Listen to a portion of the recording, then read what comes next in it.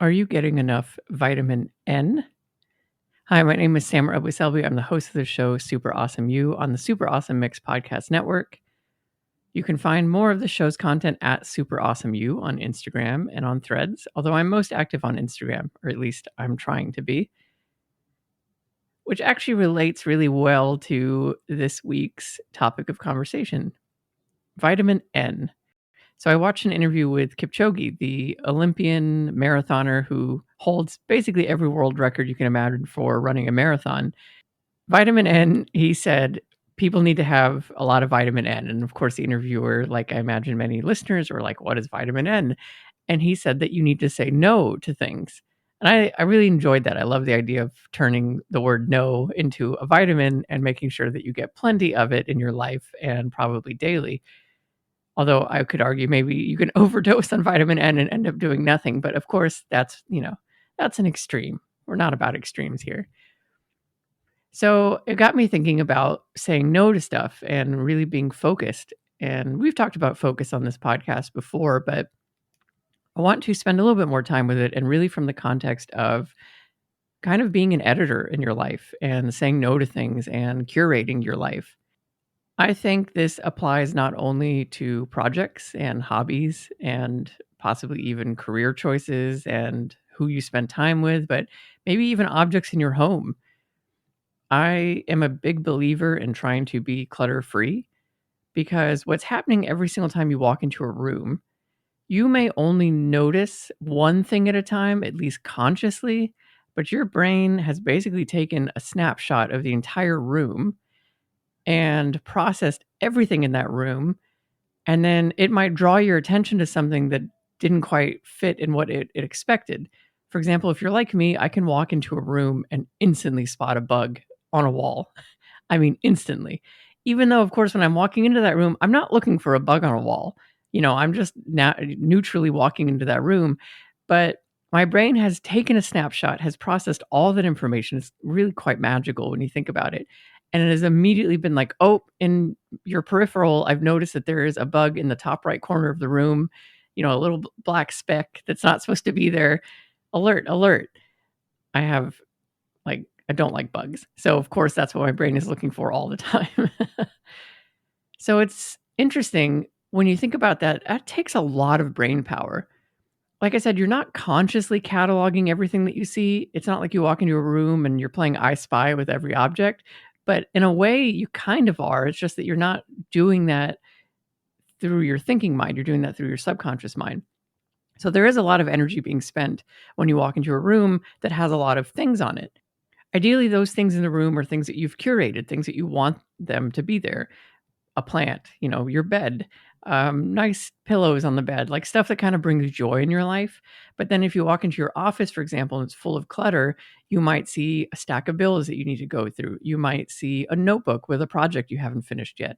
You might see a computer with a desktop filled with icons of things that you need to go through and emails you need to do with, the inbox with the red note on it with some astronomical number on there.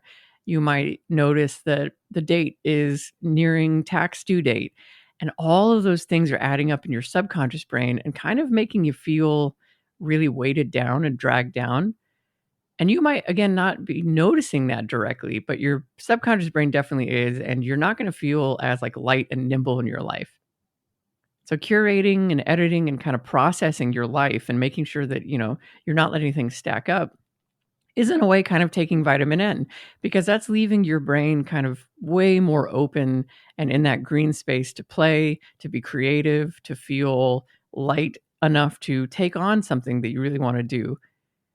There are so many nights where I will finish work, my primary, source of income right now, and then need to do work on Super Awesome You or Super Awesome Mix and just feel so drained on it because I have spent the entire day doing a bunch of other hard to do mental tasks. And then the thought of having to turn my brain back on to do different mental tasks is really quite exhausting. So ideally, what you want to do is make sure that you can minimize as much as possible all of those little added on things that you need to do and that constantly trigger your brain, whether or not you're physically walking to a room or whenever you're falling asleep or whenever you're waking up.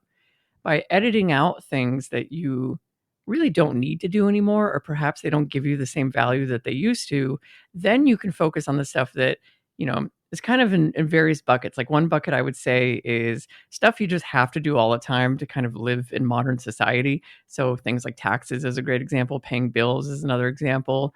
All the things that require us to maintain life, feeding yourself is a great one. Maintaining relationships with people in your life ideally is an important one for you as well. There's a lot of benefits for that. So that's kind of like maintenance. And then there's the joyful, I do this for fun, these are the hobbies that I really like to do. And then maybe there's like the aspirational things of this is where I want to be one day, and this is really what I'm working towards. And that could be having a family, that could be being a successful entrepreneur, that could be I want to run 15 marathons in a row successfully. Whatever that is for you, that is kind of in that aspirational bucket.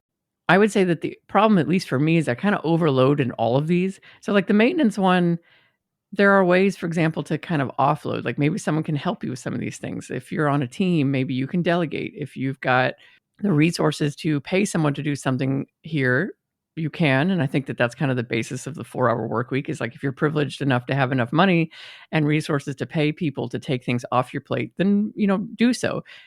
But do so knowing that you're going to spend those hours instead on the aspirational bucket or the like relationship bucket in your life, or whatever is more important in how you would rather spend your time.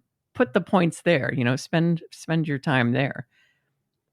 But the more that you can kind of clean up your life and take away things that you don't really want to spend time on, whether through delegation or by saying no to it, or by kind of cutting things out that you don't really want to do anymore, like they used to be important to you, but they're not anymore, by taking out clutter in your life, by clearing the table, if you will, that's going to give you a lot more mental space to take on aspirational things and fun things and things that you really enjoy doing and that provide value to you today, which is what is most important, is kind of living in that present moment.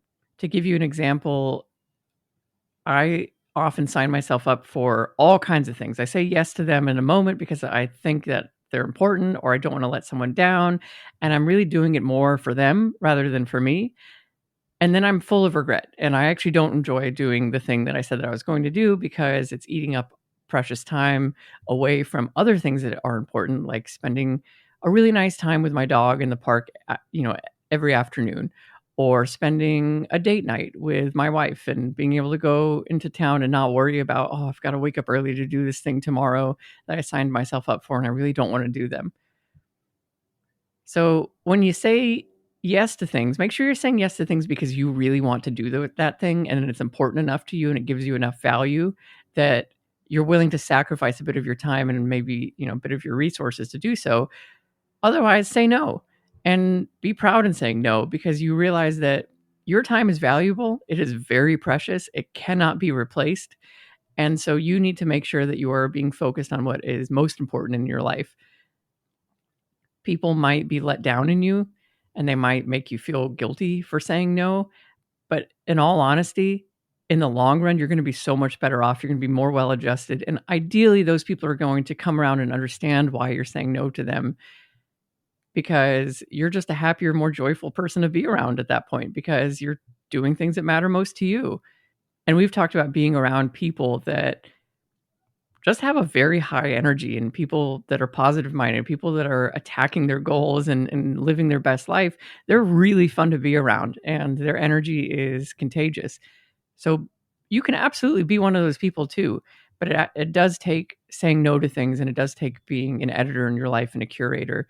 So really take stock in your life in terms of what you want to continue doing and what is important to you and what gives you value, and what you might be able to cut out and thank it for its time and what it did for you in the past, but move forward without it, because it's going to give you that energy and that time to pursue something new. Going to take my own advice this week and say no to picking another song. I'm going to have an off week in terms of adding to our playlist once more, because I just haven't found one that works best here. So hopefully the other songs will continue to motivate you and inspire you to find other songs that help you move and make you feel motivated. But until next week, think about things that you can say no to. and do so confidently and know that you are working towards having the best version of your day.